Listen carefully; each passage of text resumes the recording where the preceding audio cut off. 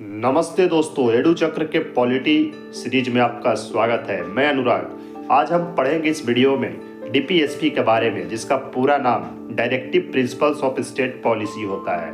इस वीडियो में आपको जानने को मिलेगा संविधान का चौथा भाग के बारे में, काफ़ी महत्वपूर्ण, जो कि सरकार को निर्देश देता है कि इस सोसाइटी को कैसे चलाना है, इस राज्य को कैसे चलाना है। तो आइए समझते हैं डीपीएसपी का पूरा व्याख्या इस वीडियो में।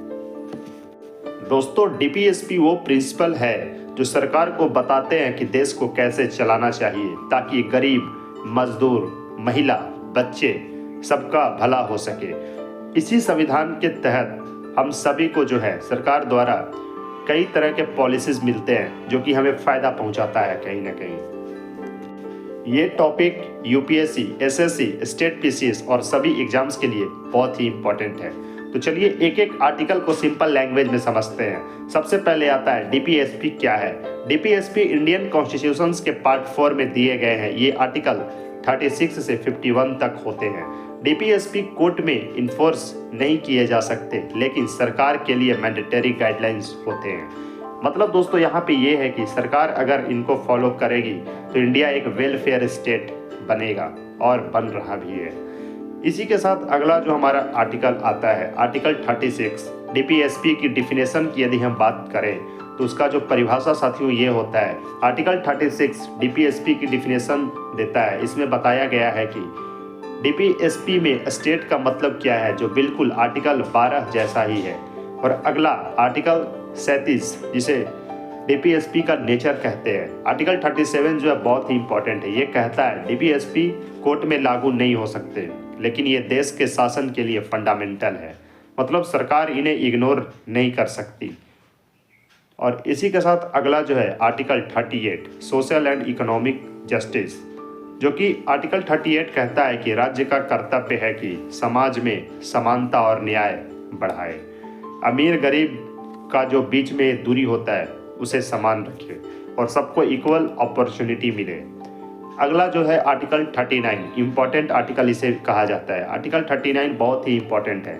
इसमें कहा गया है सबकी सिटीजन्स को लाइवलीहुड का राइट मिले, वेल्थ का सही डिस्ट्रीब्यूशन हो, बच्चों और मजदूरों का एक्सप्लॉयटेशन ना हो, इक्वल वर्क के लिए इक्वल पे मिले। Example minimum wages equal pay act. और आर्टिकल 39A के तहत फ्री लीगल एड, इसमें बताया गया है। आर्टिकल 39A कहता है दोस्तों कि गरीब लोगों को मुफ्त लीगल मदद मिलनी चाहिए ताकि जस्टिस सिर्फ अमीरों तक न रहे। और इसी के साथ अगला जो है पंचायत राज, आर्टिकल 40 में इसे कहा गया है। आर्टिकल 40 बोलता है कि गांव के लेवल पर पंचायती राज सिस्टम होना चाहिए ताकि लोग अपना डिसीजन खुद ले सकें। और अगला जो है article 41 right to work and education. Article 41 कहता है राज्य को कोशिश करनी चाहिए कि लोगों को काम, शिक्षा और सहायता मिले जब वो बेरोजगार, बीमार या बूढ़े हो जाए। इसका जो जिक्र है आर्टिकल 41 में मिला है। आप यहाँ पे वीडियो को पॉज करके भी आराम से देख सकते हैं। आर्टिकल 42 में जो है दोस्तों मिलता है वुमेन एंड वर्कर्स।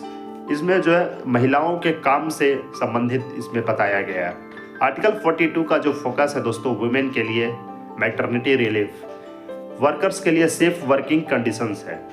और अगला जो है हमारा आर्टिकल 43 लिविंग वेज।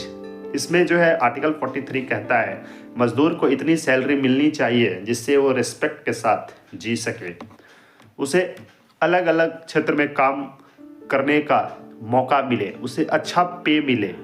इसका जिक्र जो है आर्टिकल 42 में है।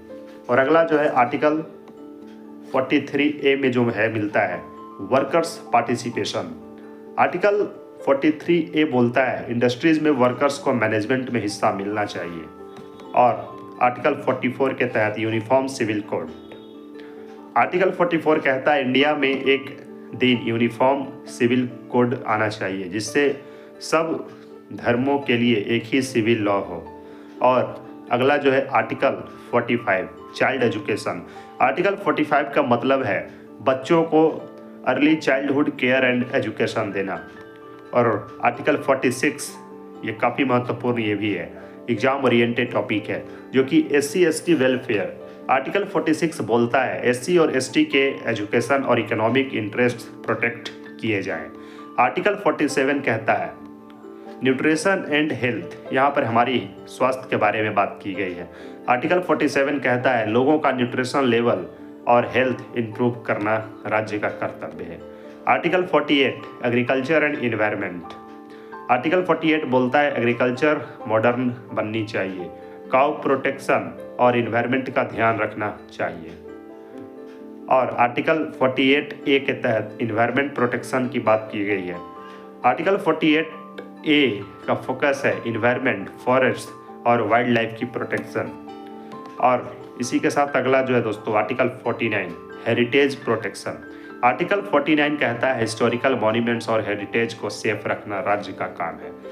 यहाँ पर मैं एक चीज़ समझाना चाहूँगा कि यदि किसी भी जगह पर कोई ऐतिहासिक महल है, कोई भी ऐतिहासिक जगह है, तो उस चीज़ को बचाए रखने का जो हमारा काम है वो राज्य का होता है। आर्टिकल 49 का जिक्र इसमें मिलता है। आर्टिकल 50 के तहत सेपरेशन ऑफ पावर्स। आर्टिकल 50 बोलता है जुडिशियरी को एग्जीक्यूटिव से अलग रखा जाना चाहिए। आर्टिकल 50 में बताया गया है जुडिशियरी जो है किस तरह से एग्जीक्यूटिव से अलग है, वो जो है आर्टिकल 50 में बताया गया है। और आर्टिकल 51 के तहत इंटरनेशनल पीस। आर्टिकल 51 कहता है इंडिया को वर्ल्ड पीस, इंटरनेशनल लॉ और दूसरे देशों के साथ फ्रेंडली रिलेशंस बढ़ाने चाहिए। आर्टिकल 51 में जो है इंटरनेशनल पीस की बात की गई है। अंतर्राष्ट्रीय रिश्ता जो है हमारा अन्य देशों के साथ कैसा है, उसका जिक्र आर्टिकल 51 में बताया जाता है। ऐसा किसी के साथ ना हो कि रिश्ता जो हमारा खराब हो, और उस रिश्ते को बरकरार रखने के लिए, बेहतर बनाने के लिए आर्टिकल 51 में जिक्र किया गया है। यदि दोस्तों अंत में यदि हम बात करें डीपीएसपी वर्सेस फंडामेंटल राइट्स का, तो फंडामेंटल राइट्स सिटीजन्स के लिए हैं और डीपीएसपी जो है गवर्नमेंट के लिए है। दोनों मिलकर इंडियन कॉन्स्टिट्यूशंस का बैलेंस बनाते हैं। ये दोनों यदि हमारे संविधान में लिखे गए हैं तो बहुत ही सोच समझकर इसको बनाए गए होंगे। इसी के साथ मैं यहाँ पे एक चीज़ कहना चाहूँगा, डीपीएसपी हमें बताता है कि इंडिया सिर्फ एक कंट्री नहीं बल्कि एक वेलफेयर स्टेट है। अगर गवर्नमेंट डीपीएसपी फॉलो करे तो हर सिटीजन्स को जस्टिस, डिग्निटी और इक्वालिटी मिलेगी। इसी के साथ दोस्तों मैं कहना चाहूँगा अंत में कि वीडियो को जो है ज़्यादा से ज़्यादा लोगों तक शेयर करें, और आपको एक भी पॉइंट पसंद आया हो तो वीडियो को लाइक करना ना भूलें। जय हिंद, जय भारत। सब्सक्राइब एडू चक्र अनुराग।